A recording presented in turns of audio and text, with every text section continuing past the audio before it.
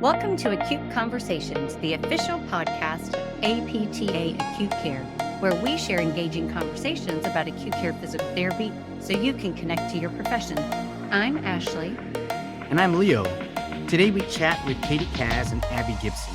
They're both students who share their experience leading an acute care SIG, special interest group, at their universities, their personal experience with acute care, And how they took advantage of their professor's illness to learn pulmonary pathology. Let's welcome our guest.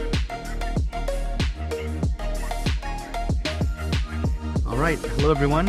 Just wanted to welcome Katie Cazes, who's coming from the University of St. Augustine, Dallas campus, and founder of the Acute Subacute Care Organization, SIG, Special Interest Group over at her university. Katie came through us by way of Edward Mathis, one of our producers for the podcast. So, Katie, welcome. Thank you for having me. Awesome. First, let's start off. What got you interested in starting this special interest group? You being a student still, and how much longer until you graduate? It's another year. Less than a year. I graduate April 2024. So I still have a couple months, but I'm kind of in the finish line is in sight. Yes. So tell us, how did you get started? How did you even start this special interest group? What's the origin story? Yes. So I am a part of USA's Dallas campus, which is brand new. Mhm. So I'm actually their second cohort. Going into my grad school program, I kind of knew that, brand new university, there's a lot of opportunity to start new things. Yep.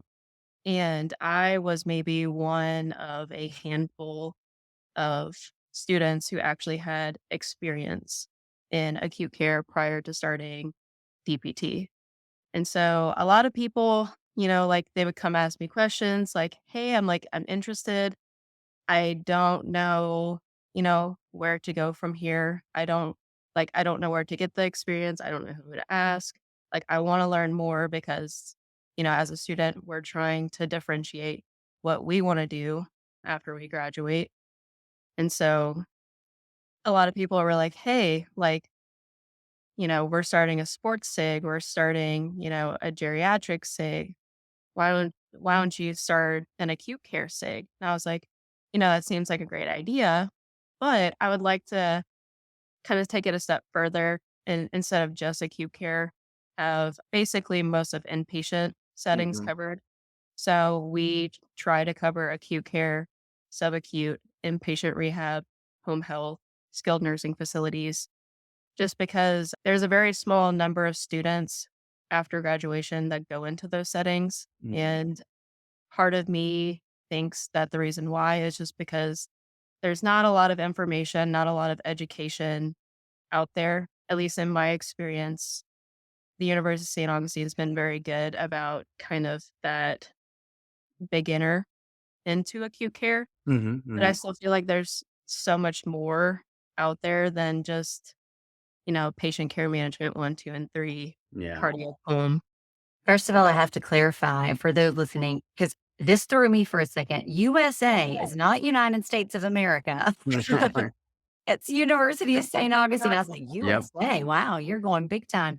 But I think this is fantastic that you've started this SIG. And I also love that you're including other settings as well, other than just the hospital, because I think also to work in acute care and to really understand like the role of an acute care therapist, you also have to understand what all those other settings are because you're recommending discharge locations and you need to know like what that entails if you're going to try to send a patient there. So I think that's fantastic.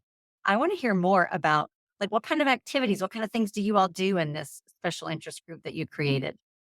So it probably took me a couple months to write all the bylaws and whatnot. Oh, The fun fun. stuff, right? Yeah. But after that stuff, Yeah. So we really kickstarted with this current trimester that we're in. We've spoken to Dr. Edward Mathis. I had him come in because he has experience with APTA leadership, but he also Mhm. has experience with being in acute care, but like a more rural setting. Mhm. So I Yes. had him come in, talk to students. So the way that we do it is like for acute care, it's kind of hard to do like a lunch and learn because usually during lunchtime, if you're working in acute care, we all know you're probably working on notes. You're not Mhm, actually having lunchtime. And so we try and do it in the evenings. We do a virtual format just because we have been inviting the different types of campuses for St. Augustine. mhm, So it's not just Dallas. I've been inviting Austin. And just recently, I also invited our San Marcos campus because our second speaker was Dr. Gorman, who was the previous APTA acute care president. mhm, Dr. Mathis was actually her treasurer. mhm, Um, mhm. This is Dr. Sharon Gorman, who Yep. has been on the podcast for those of you who may not know the full name. Mhm, yes, and she was wonderful. She also went into detail about her steps to leadership and also her FIST function and setting test that she developed herself. So primarily what we kind of do is more so bring in guest speakers to talk to the students who want to know more. But, in this day and age with COVID and whatnot, sometimes having those hands on experience in the hospitals in these inpatient settings aren't necessarily as obtainable.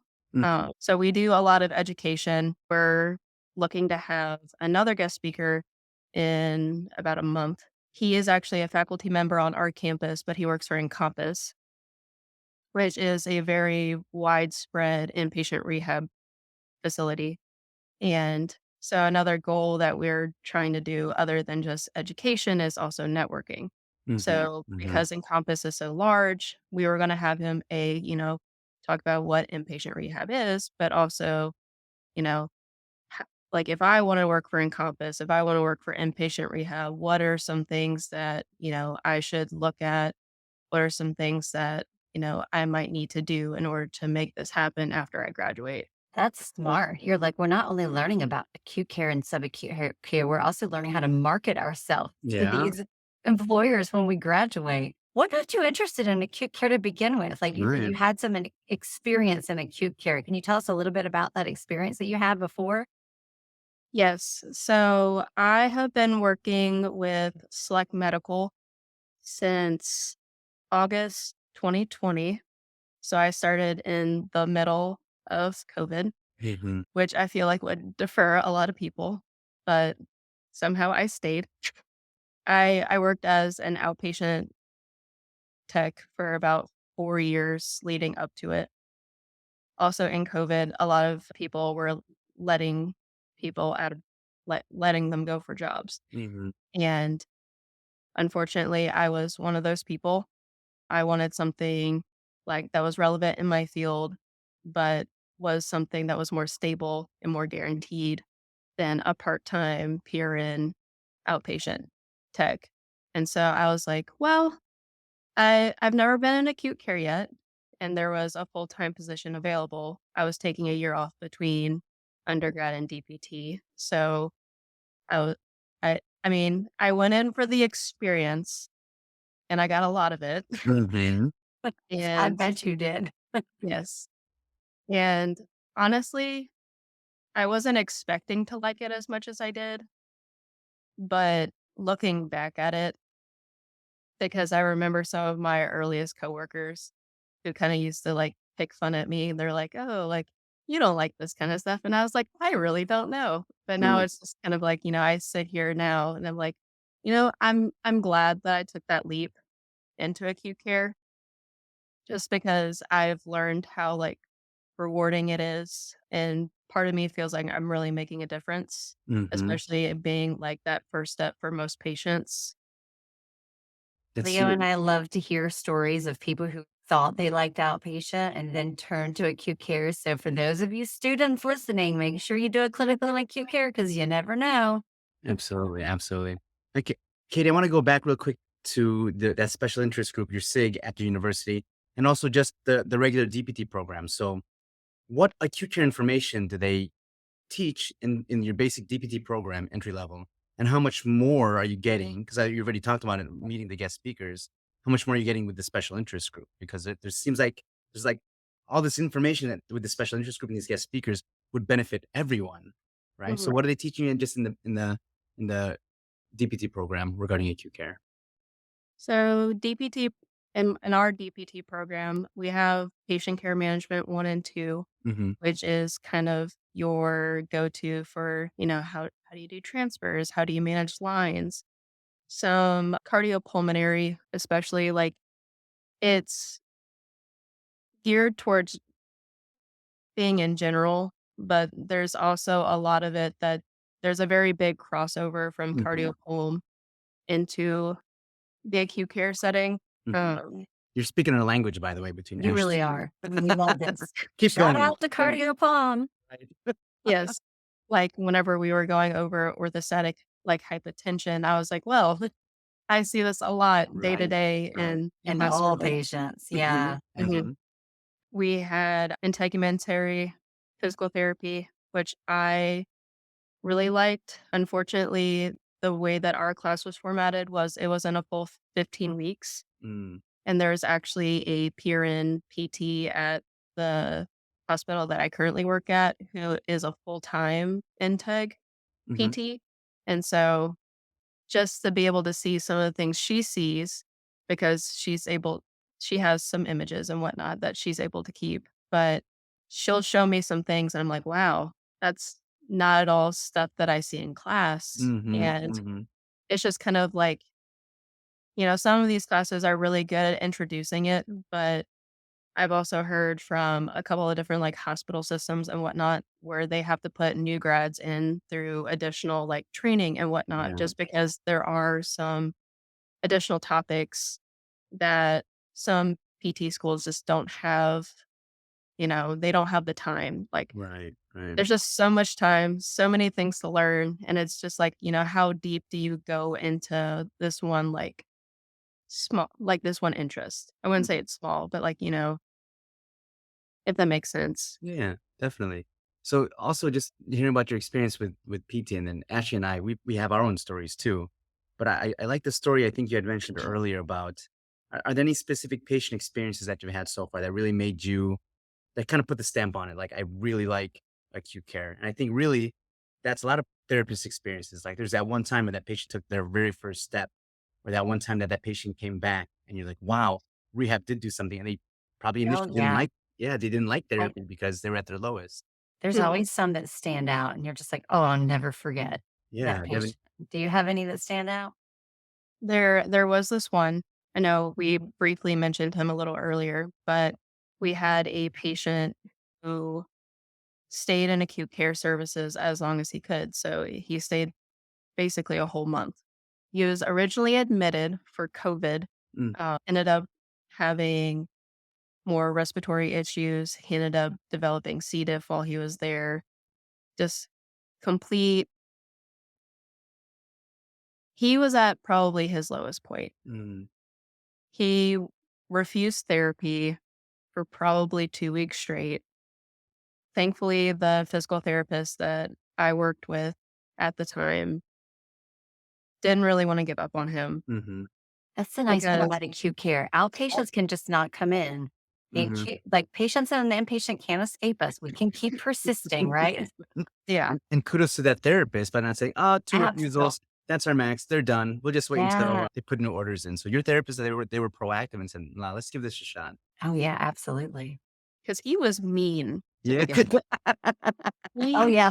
Welcome to our world. Mhm. That reminds me of Kevin Bruley's episode, "Grow a thick skin," right? Grow a thick Yes, skin, grow a work in yeah, thick acute care skin. for sure. 'cause Right. he was mean, and I mean, I don't blame him. All he could do was lay in bed, he didn't have enough energy or just strength in general to, get up and move around. Mhm, It took us the longest time just to convince him, "Hey, let us just get you to the chair," mhm, you know? mhm. And from there, the chair turned into taking steps around the room, Yes. turned into, like, walking down the hall, and it kind of, because sometimes when you're in that PT spot, you're like, "Yeah, like, we need to do some stuff," and you kinda have to have that hard love, Mhm, and that's where it's nice where you have, like, a tech, because sometimes you get to do, like, good cop, bad cop mhm, kind of thing. Yeah. And so my physical therapist at the time, she kinda used me as that. So she would she would send me into the room Oh, first. no. So you were the bad cop. No, I was good cop. Oh, you're Oh, the good okay. I cop. was gonna say, I thought you would be good cop. Okay.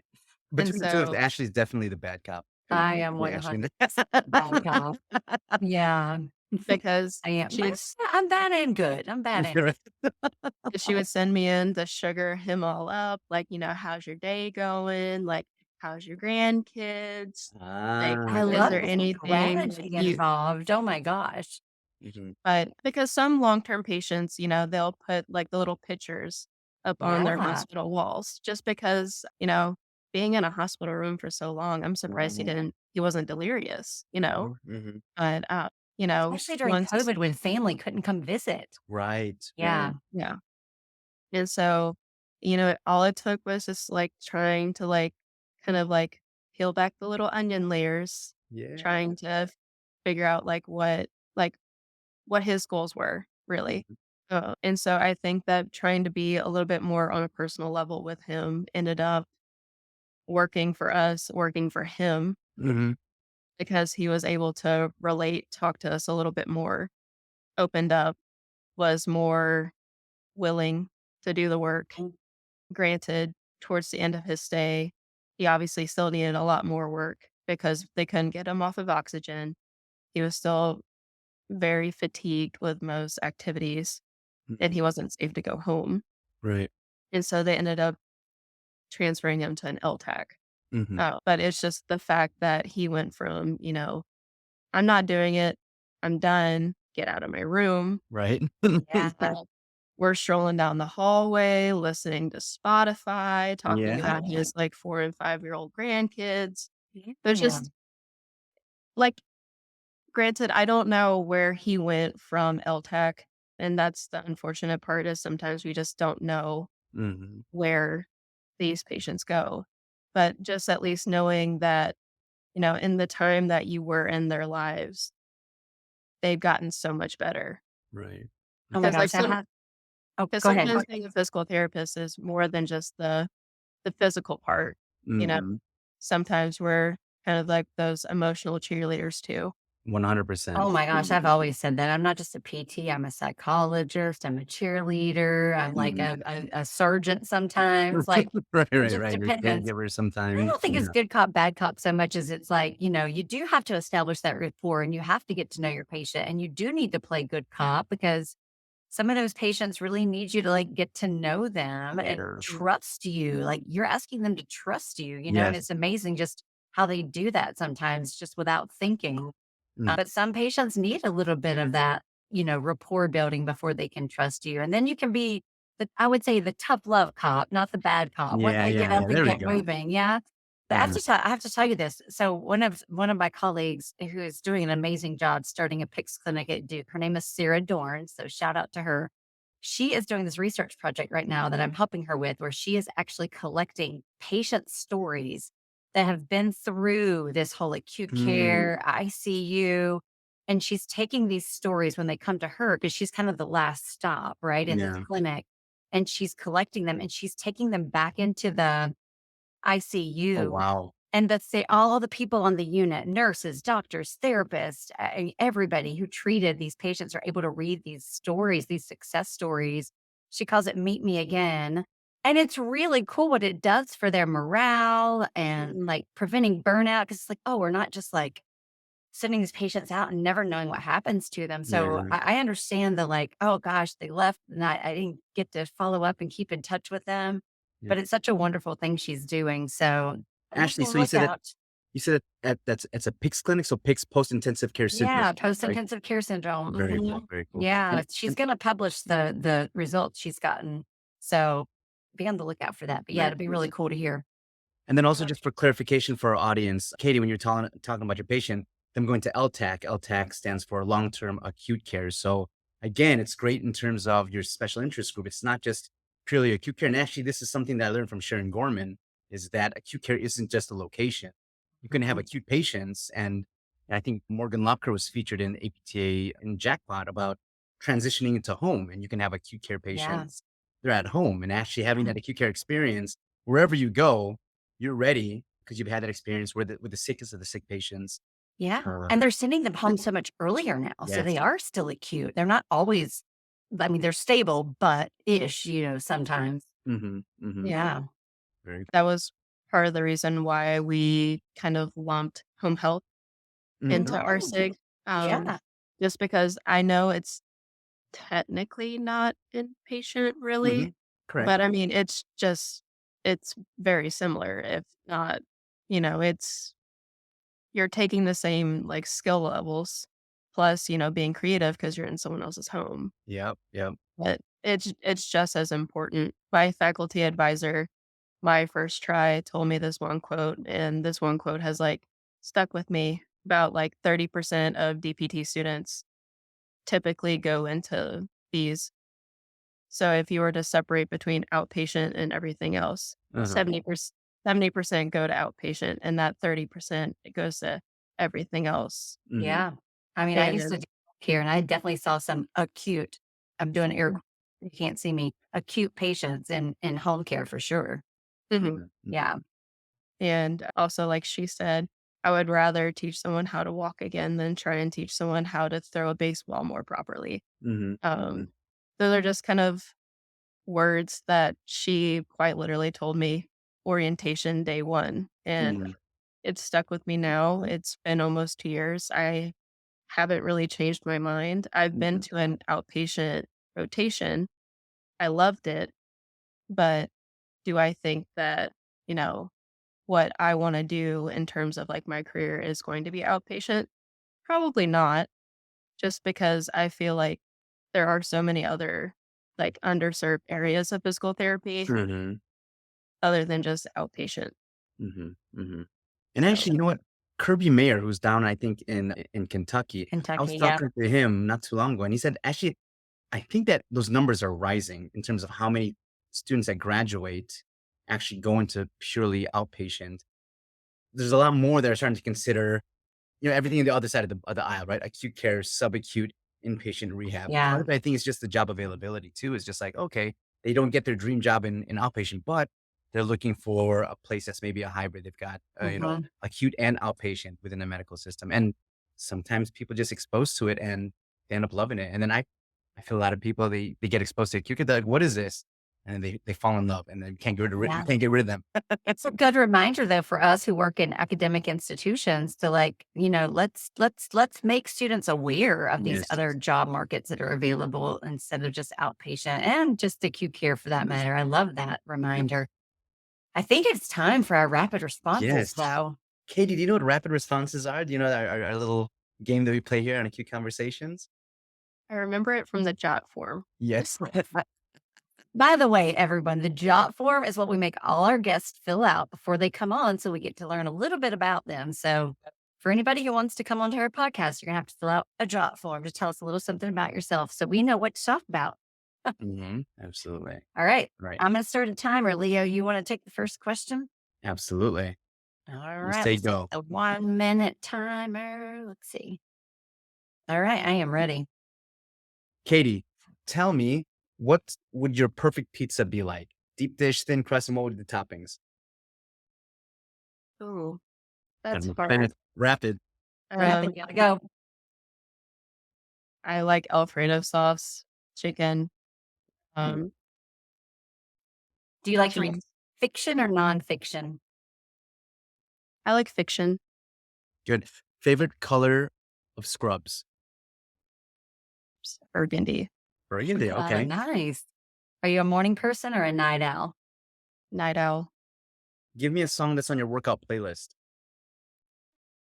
That's if I worked out. Come on, you gotta say something.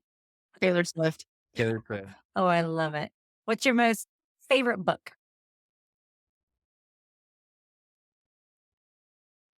I haven't had time to read recently. or TV Therapeutic show? You can applications. go TV show. Favorite TV show? Goniometry. Bones. Oh, Bones. okay. Okay. Very And cool. and then we have our final question or statement, more or less. You know you work in acute care when complete the sentence. Yeah. Okay. So After burgundy Unfortunately, scrub. well, Exactly. Katie, thank you so much for being with us today. If anybody wants to reach out, is there somewhere they can reach out to you or something we can put in the show notes for them? Yes, you can either reach out to my email or my acute care SIG actually has its own Instagram. Fantastic. Oh, Um, nice. it's at DTX_ASCO. Okay, awesome, awesome. Well, thank you so much. This has really been a pleasure. Of course. Thank you for having me. You're welcome, and good luck with the rest of PT school. We'll see you on the acute care floors soon. Okay. Bye. And now a quick announcement from APT Acute Care. Do you know someone that is making a difference within acute care physical therapy? Did you know that APT Acute Care has 5 annual awards to honor contributions to elevate acute care? The deadline for 2024 nominations is fast approaching, October 10th. Please check out our awards page to see what is involved in making a nomination.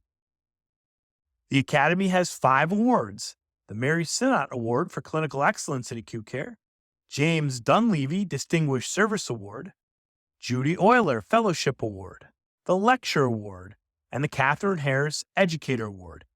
These awards are the highest honor APT Acute Care can bestow in recognition of excellence and are awarded at CSM annually during the membership meeting. APT Acute Care members, and in some instances non-members, are encouraged to nominate deserving individuals for these awards. To view the nomination forms and descriptions of award criteria and supporting documentation, visit the links below. Again, nominations are accepted until October 10th, 2023. And now, back to the show.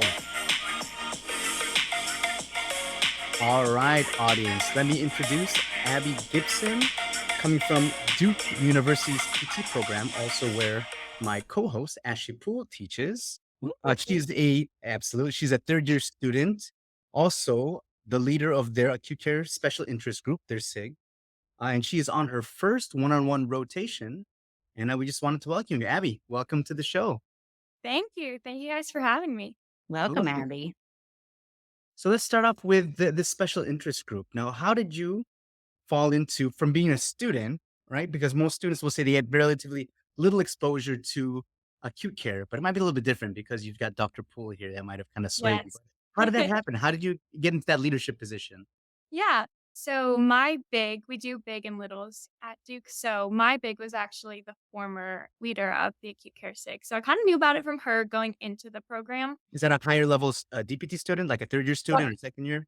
Yeah, it's usually the Right. year right above you. You might have to explain it. It's like, is it like big brother, big sister, little sister, like that? Like, or like big PT student, little PT student? Yeah, it's just like big PT student, little PT student. And they were kind of there as like a mentor. And so she was the former. And so I kind of heard about that position when she was doing it. And then when application came around, I was like, you know what? I'm really interested in acute care. This might be a good way to kind of like make connections and also spread knowledge on it. So I Wow. decided to apply for it and I got it and I shared it with another student at Duke. So we were co-leaders and we just passed the baton like about a month or two ago to Let me pump the brakes. As a first year student, you were yes. interested in acute care. Did I hear that correctly? Yes, I know. I know a lot of people, it's not the case. Yeah. Explain this to me, please. Or explain this to us. Yes, I will. It's actually interesting. So my mom was a physical therapist. She's not practicing anymore, but she was an inpatient rehab therapist. Mhm. And so growing up, like that's really the side of PT that I knew. Like Mhm. honestly, it was like backwards from a lot of people. Like I knew By the the way, inpatient. Abby, I know you, but I don't think I ever knew your mom was a PT. This is new to me. This is That's just my fascinating. origin story. Yeah. So she did inpatient rehab, and so then I was like, oh, I just kind of assumed physical therapy was like always more of like more acuity or more complex patients. And then it wasn't until I was honestly like getting my hours in undergrad that I was like, oh, actually, outpatient is the biggest sector Oh, of this. okay. This is hysterical because I normally it's the know. opposite. Normally it's like The people are opposite. observing in outpatient clinics and then they go to inpatient and they're like, oh, Yes. They're like, oh, this happens too. Yeah. So I had it all backwards, but I've always had like a strong passion for the inside of it, the inpatient side of it. And then I kind of found acute care. That was a little more formulated like throughout my time at Duke, like with the courses that we took. I was kind of between inpatient rehab and acute care. I love it all, but just the acuity of it, I really do enjoy. So yeah, that I found it and I'm so far sticking with it. So Shout I out also love when you To Abby's mom. yeah, I know. yes. hmm What's your mom's name? Karen. Hi, Karen. Thank you for sending Abby to us to this wonderful profession. Yes. Yeah, we thank her. I also heard you say at Duke, it's an application process to be a leader of the Yeah. acute care SIG. So that insinuates there was more than one person that wanted to lead an acute care special interest group Yes. in a Yeah. class of students, which I also think is really fantastic. Yeah. Yeah. I think it was the same this past year too. We have several applications. So yeah, it's growing.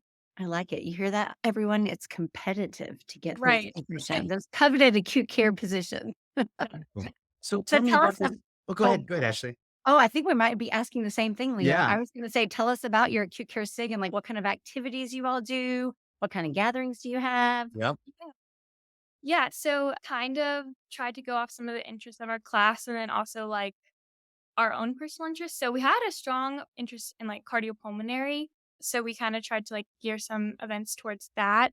But also we did some of the events I guess I could just kind of speak to that. We did like a transfer clinic earlier on in the program when the year below me, the second years now got there. Just because we knew that like the transferring and all of that stuff, those skills maybe were kind of a barrier for people's experiences in the ones that we do, which is like in a team throughout the curriculum before you go on your final clinicals. So we know some students, they didn't really feel comfortable doing that yet. So we wanted to get them comfortable. We put on a transfer clinic. And then we also we teamed up with some other groups, other special interest groups. So neuro was one we did, and we did kind of like a neuro ICU talk with some therapists at Duke who were in the neuro ICU. So those are kind of two ones that we put on, and then another one we put on just to kind of talk about the the high points, I guess, is we have a little bit of a connection with the University of Melbourne in Australia. So we reached out to some students there, SIG leaders there at their cardiorespiratory SIG, we kind of connected with them and did an international SIG event. So Dr. Poole actually spoke at that one. So that was really, really fun. But we kind of go across all sorts of sectors, but basically we try to weave a common theme of like acute care themed focused stuff and kind of unite people over that. So Yeah, the Australian one was really cool and required a yes. lot of coordination because of the time change. I remember we were like, what time are we doing this? Yes, I did not know how hard it was scheduling an international meeting until I tried to do it. So yeah, that Yes. was a good life skill. Yeah, Yes. I'm glad we didn't have to get up in the middle of the night to record it. exactly. That is so cool that you're doing that as a student. Like I can barely do that as a functioning professor. I know I see it. It's schedule this. And what's cool too is just these networks that you're building as a student. So I think that I even have students within my program that are considering what are the steps that they would need to take to start a special interest. Would you have any advice for them, Abby? Yeah. I mean, I think what was helpful for me is speaking to like the current leaders and just kind of gauging their experience and understanding and knowing your own limitations too. Like, how much of a time commitment is this? Do I have like time management? Because still at the same time, like you are a PT student, there's a lot of hours studying. So knowing if you can sort of like take it on and if you feel like you can, I would definitely just recommend like applying for it and at least seeing if you can like get involved in some way. So even if you end up not being a leader, you could always be a member of like many groups and people love members of all sorts of groups. So definitely could still get involved. But I just would encourage students to try it because I was hesitant at the time. We were gearing up for our hardest semester, and I was like, you know what? I can't add another thing to my plate. But looking back, I'm so glad that I did once I kind of was able to get my time management and everything. So, yeah, just go for it would be my advice and talk to people above you. Well, and if students are at a program, and I think maybe Leo was referring to this, if students that are a program that maybe don't have an acute care SIG and they Yeah. want to start one from scratch, like who was your point person at Duke that like would that you would go to be like, hey, I want to help get this started? Like what would that process Yeah. look like if somebody wanted to start a brand new one? Right. I think it could look a variety of ways. So definitely reaching out to professors that have that. So if you are a professor of like an acute care topic, you could reach out with them and see if they would be willing to like support it or help you. But I know that through us, like here at Duke, we do like student affairs helps put it on. So we have we have positions there that we would then contact them. So I think if you ask around, you'll probably get directed towards the right person. And it's really is a great framework. If it's non-existing at a current program, I would definitely encourage it because it's just helpful to like get in some expertise and see interest and even log into other meetings that maybe you're not initially like oh, I want to do that and learn more. So I would definitely encourage it. It's really a great like framework to have in a program. Now, as I understand it, you're currently on your first one-on-one clinical rotation. Yes. Is this an inpatient rotation right now? Surprisingly, this is actually ortho outpatient. So at the other end of the spectrum. The best for last. That's Yes, right. my That's next right. skill will be yeah. Very cool. But I feel that some of those skills transfer over. Absolutely, just being Oh, able yeah. to troubleshoot. And an interesting thing, Abby, and I want to ask you a question. I want to ask you about this. What do you think about acute care therapists implementing outpatient skills on the inpatient setting? For example, I've heard therapists say like, "Oh, I don't do manual therapy," or "I don't do Right. X, Y, and Z." They can wait until they're in outpatient. Well, we don't say, well, they can wait to walk until they're down in subacute. We don't say that. Also, Right. acute care therapists were like, Yeah. if we can do the sooner, the better for us. That's like our opportunity. Yes. So, what opinions do you have about inpatient therapists doing outpatient techniques?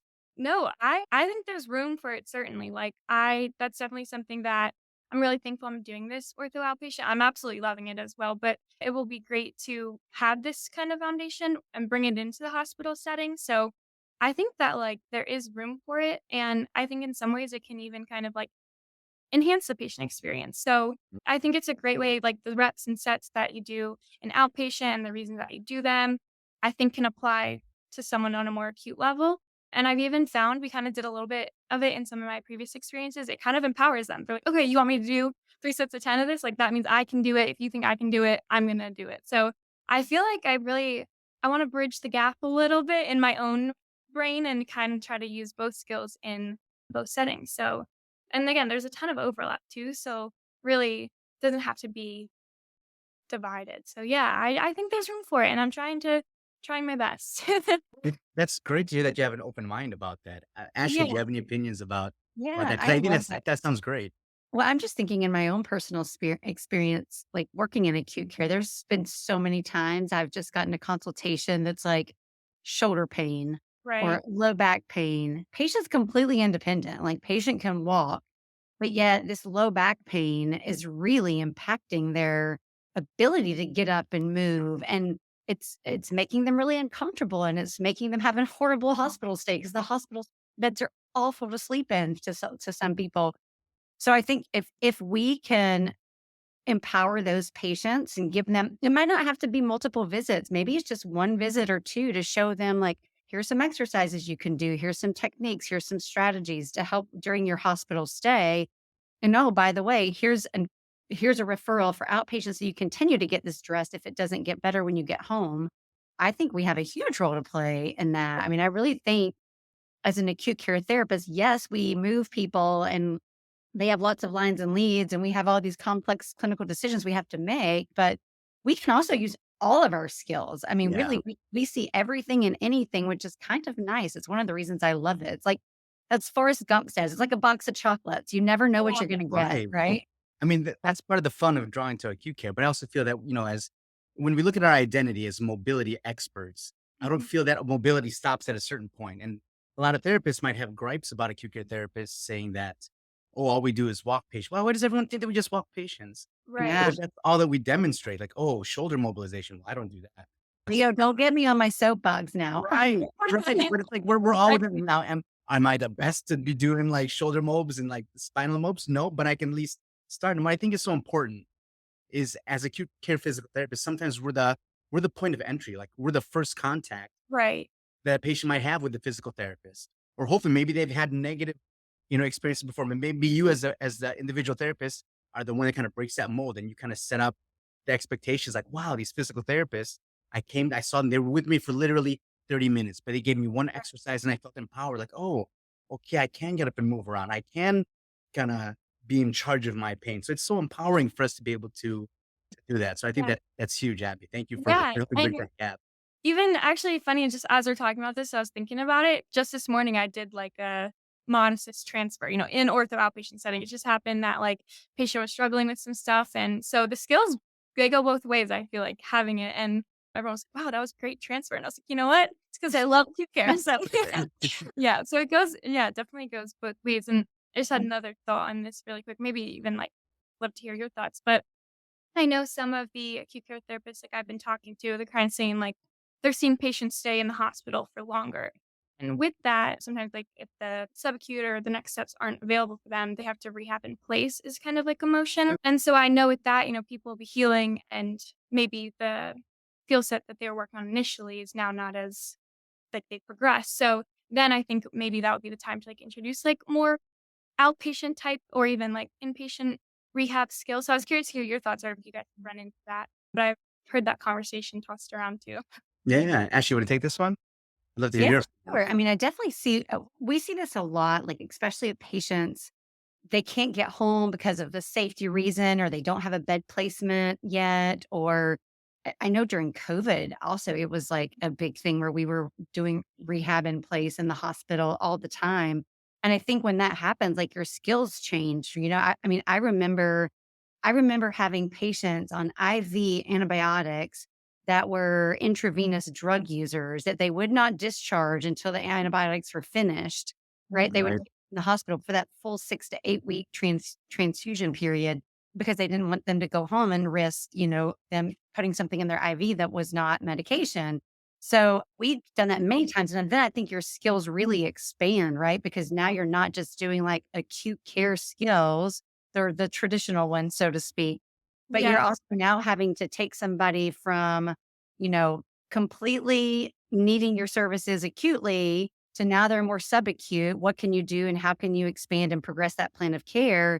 So now they're getting a little more independent and they're functionally ready to go home, but yet they might still need more services. And, so you might still be referring or equipment recommendations might change over time, right? Like they needed a walker, but now they need a cane. So I think it's really, really neat to be able to do that. But I also think some of that is a system issue too. Like, Yeah. I feel like, patients are meant to rehab in the hospital. And I think that's probably something that needs to be addressed in different ways. But I think if they're there, the PTs can definitely help. Yeah. I agree. I've had those similar situations where maybe they're just held up because they're waiting for insurance approval or they're waiting for, it's like they're in there's this stop hold gap where they're just waiting for, one other decision to be made or one fax to be kind of put through. But I always feel it's our responsibility. The patient's waiting to be either discharged to subacute or to inpatient rehab.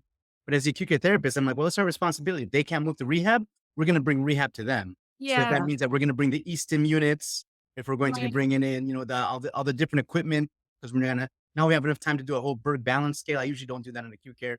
But if like now we've got extra time, now we really want to hammer in the balance, like why not? I feel that's our responsibility to give our patients the best opportunity, the best rehab, regardless of the which part of the hospital that they're in. And that's what I also love about the flexibility of acute care. It's like this patient, I know I can get them seen and done 15 minutes, 20 minutes. This patient, okay, we're going to carve out a little bit of time. I'll just eat faster and that will give them the whole 45 minutes or a whole hour and really hammer it out. So that's part of the fun and the creativity about acute care. Yeah. Yeah. Yeah. I think about that with our pre-transplant patients too. Like they may not be able to go home and go to rehab. They're in the hospital waiting for their transplant. And you want to get them as conditioned as possible, before they get on the operating table. Yeah.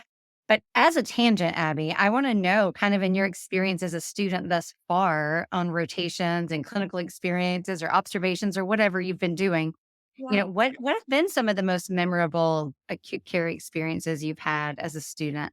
Yeah. I think one that does jump out to me, just like kind of solidified maybe my outlook on it was I was on the ICU floor and we were helping a patient who's on mechanical ventilation. And it just really like brought the humanity into the hospital room was kind of how I felt. So like we were working on like maybe okay, edge of bed, which even that, like doing it on mechanical ventilation is like a big task. So we're doing that. And we know why we're doing it. Like we're doing it for cardiorespiratory system, we're doing it for digestive system, for skin, all of that. But we did it so that the patient could hug their significant other. So we like got them to the edge of the bed and they hugged each other. And like, so we know like we're providing therapy and it's all these good benefits. But at the same time, like it really is like optimizing their human experience. Like they get to hug their significant other, haven't in weeks. And just like that moment, honestly, I get emotional even thinking about it. Like literally the nurse was like rubbing my back because it was just really like, that has been probably the most memorable and just like combined all of my interests, which like is the science, is all of that, but then is so much more so like the human aspect of it and helping people achieve what really matters to them. So that one probably takes the cake so far, but I have a lot of years ahead of me. So I literally got goosebumps like 2 or 3 different times while you were telling that story. That's really Yeah. beautiful.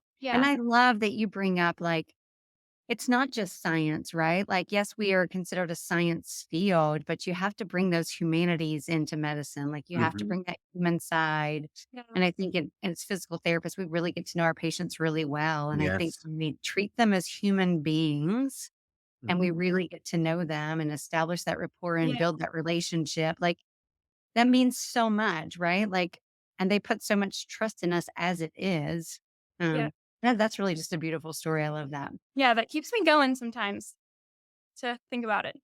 You know, the You had a patient Oh, go ahead. when we see them in the acute care side of things, it's just they're so vulnerable, right? And Yeah. actually bring up a good point of like, we have to be able to garner that trust. And so, Abby, I wanted to ask you too, in your experiences, I think what's so important is establishing that patient rapport in that bedside manner, because Yeah. sometimes we as a therapist, we're the first ones that actually dig a little bit deeper rather than just the surface level.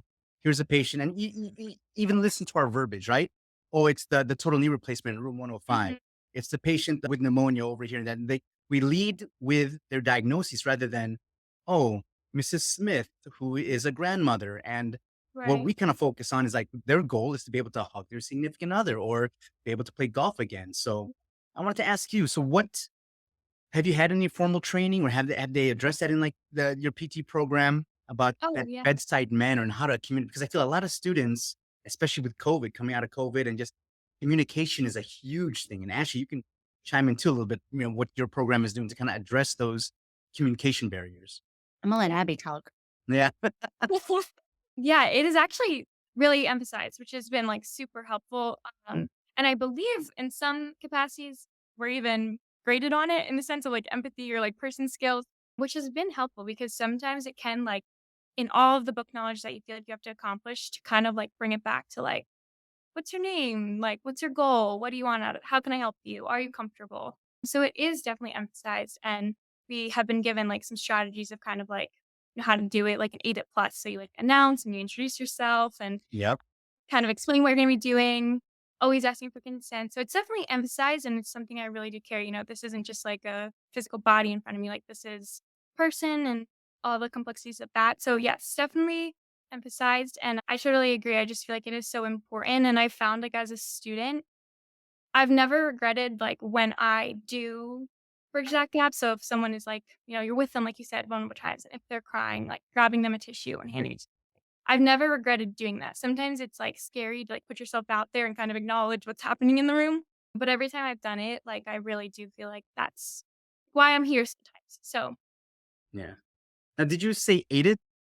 yes, make it Okay. plus, yes. So if my students are listening, I'm not making this up, all right? So it's taught across programs, across hospitals. I see it on hospital walls, Yes, right? yes, Do you remember it's what on AID there. stands for? You And for acknowledge, those right? that don't know, we should explain it. Yes, yes. AIDET.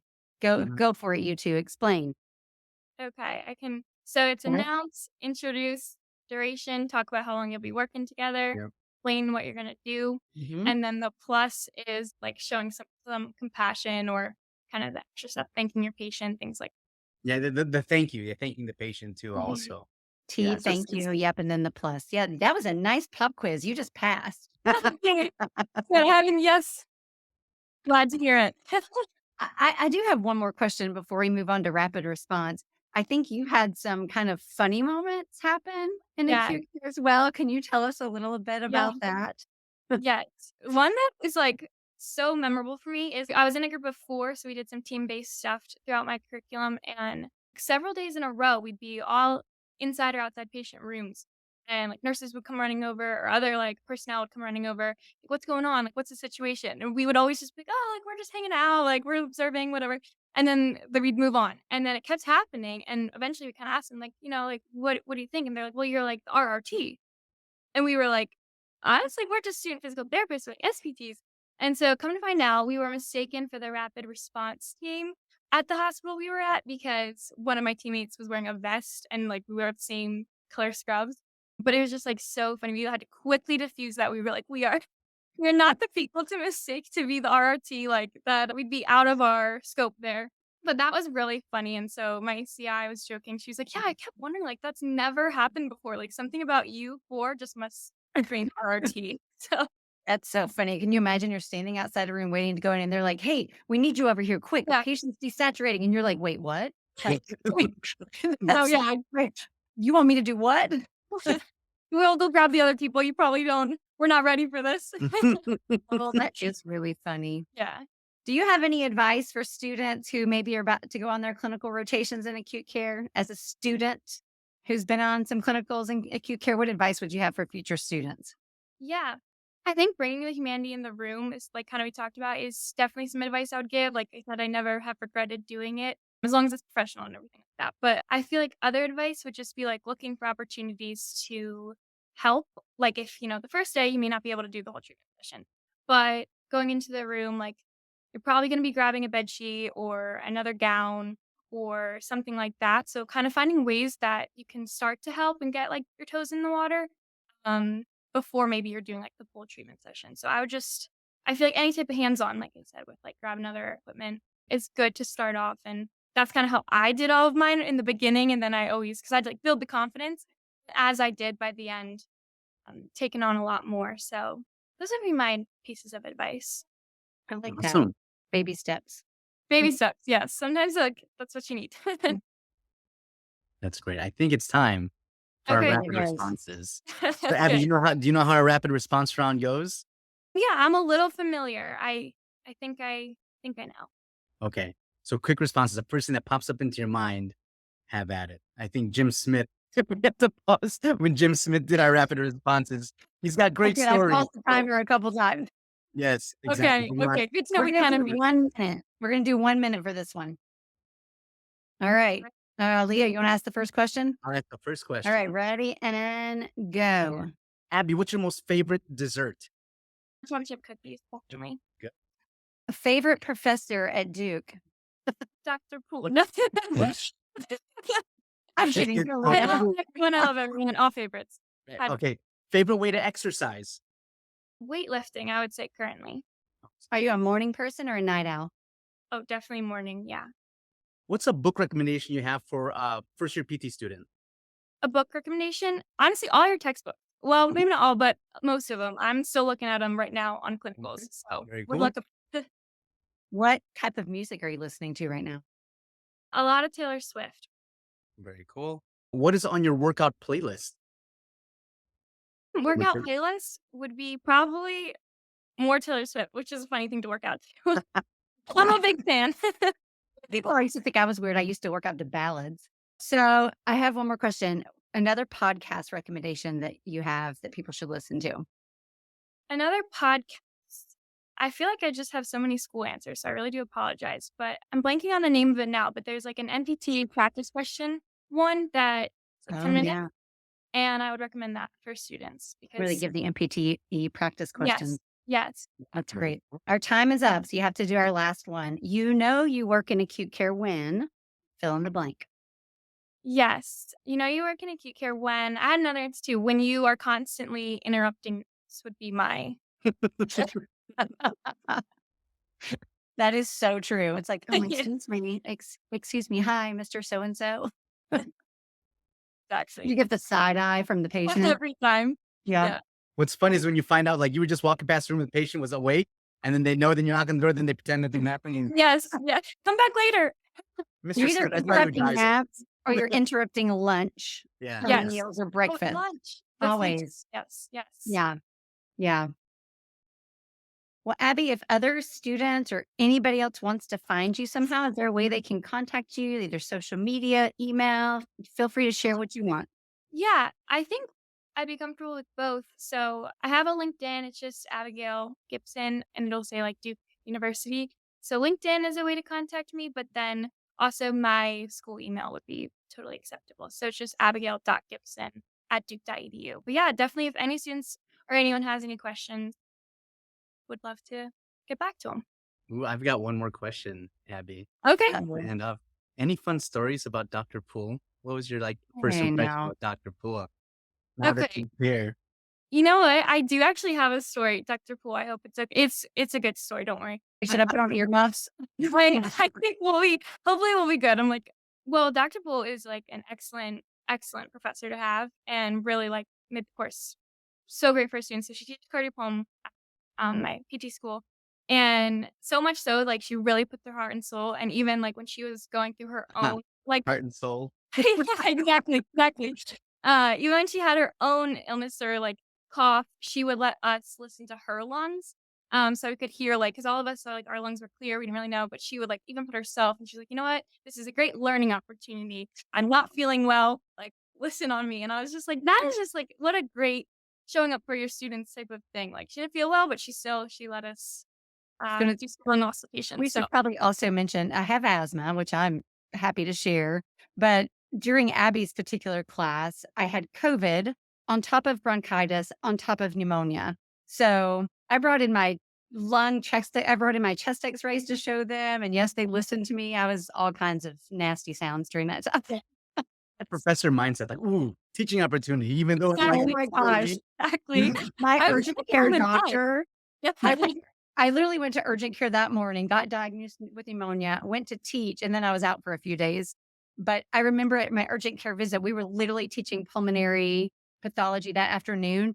And she was like, yeah, you have a pretty bad, nasty case of pneumonia. And I was like, can I get a copy of that chest x-ray so I can bring students to surgery? She was like, what? You should be going to class. I'm like, no, I have to go to class, but then I'll stay home the next day. Yes.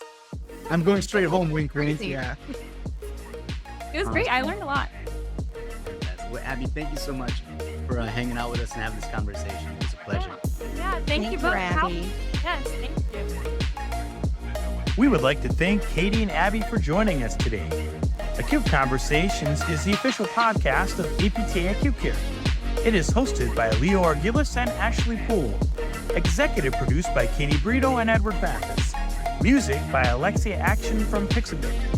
For more information about APTA Acute Care, please go to our website, aptacutecare.org, and be sure to check out our show notes for links and resources from the Academy.